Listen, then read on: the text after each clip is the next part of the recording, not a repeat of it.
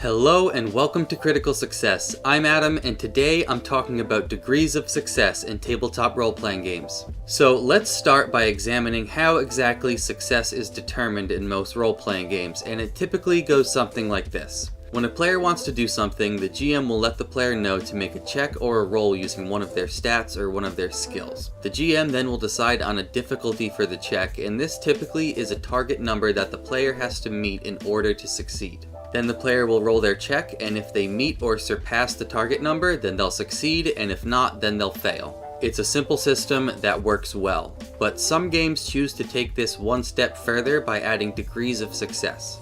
And what that means is that you'll examine the margin by which a player succeeded or failed on a check and use that to add new details to the outcome. And I've pulled elements from some of my favorite games that utilize degrees of success to make an easy system that you can incorporate into just about any role-playing game.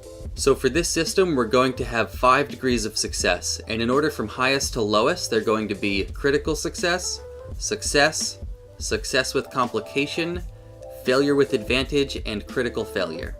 And you'll notice that in this system, we don't have any baseline failure option. There is only failure with advantage and critical failure, and that's because in role-playing games, I think that a baseline failure is the absolute most boring thing that can happen. For example, let's say that your player wants to sneak into a building unnoticed, and they get to the back door and find that it's locked, so they want to make a check to try to pick this lock. Well, they roll kind of low and they fail to check. Well, if you were to just say no, you can't pick the lock, it gives your player absolutely nothing to go off of. They have no new information, and there's no inspiration or reason for them to try anything else. Chances are your player is just going to say, well, then I'm going to try to pick the lock again. But now let's try giving them a failure with advantage. Let's say instead, well, it's taking you an awfully long time to pick this lock. Usually you can get them in just a few seconds, but this time it takes you a few minutes. And just as you get the last pin and you feel the lock open, you hear a voice behind you and turn to see that a guard is standing there.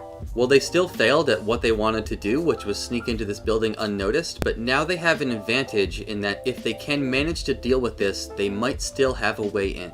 Or even worse, if they were to roll a critical failure, then we could say they're having such a hard time that they break their lockpick inside this lock and then get caught by a guard. Not only do they have this encounter to deal with, but afterward they have absolutely no way of getting in using this door, and they are forced to come up with a new strategy.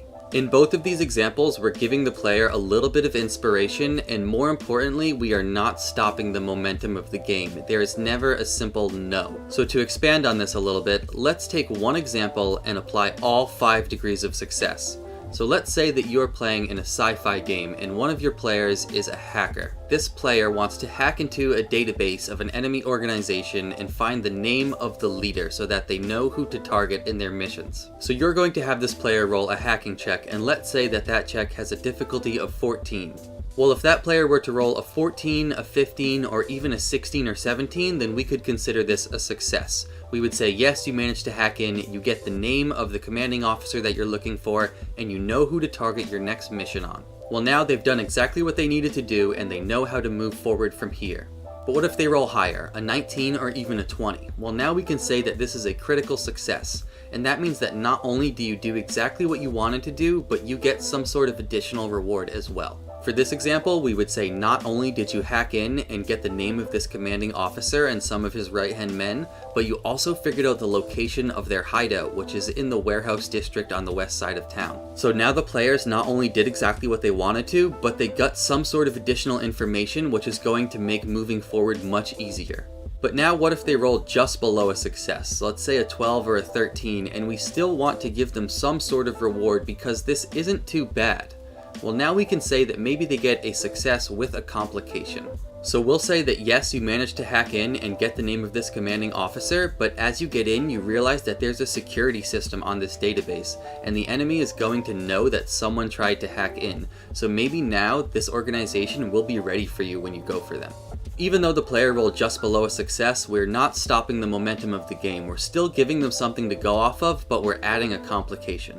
So what if they roll even lower, a 6 or a 7? Well, this is definitely a failure, but like we said, we don't want to stop the momentum of the game, and this isn't quite bad enough to be a critical failure, so we're going to give them a failure with an advantage. And what that means is that they're not going to accomplish what they want to, but they'll still get some additional information. So we're going to say, no, you do not manage to hack into this database, but you recognize this type of encryption and you know the company that makes it, and you also know another hacker in the area that specializes in this type of encryption. So now, even though they failed at what they were trying to do, they have a clear path forward and a reason to try a new strategy. But maybe they rolled even lower, a 2 or even a 1. Well, this is going to be a critical failure. And this means that not only do you not succeed on what you're trying to do, but also you're going to be given a new complication that moves the story forward in a way that's not necessarily beneficial. For this example, I would say that not only do you fail at hacking into this database, but as you're trying, you realize that there is a powerful security system in play here. One that knows when someone is trying to hack into it and tracks their location. So now the enemy knows exactly where you are and most likely is going to come looking for you. So even though we did give the player a pretty hard failure, we're still moving the story forward. Things are shifting a little bit. Now, instead of the players being on the hunt for this organization is most likely out on the hunt for them. So there's a reason for them to come up with a new strategy and to try something different. By utilizing these degrees of success in our games, we avoid situations where we're just saying yes you did something or no you didn't. Every time a player rolls a check, something around them changes. That will make the environment feel a lot more dynamic and interactive, and will make the world as a whole feel much more real to your players. Well, that's going to be it for today. Hopefully this video helped to show you how to utilize degrees of success in your game. If you did enjoy the video, please leave a like, subscribe to the channel, and let me know what other topics you'd like me to talk about. Thank you so much for watching. Now go play.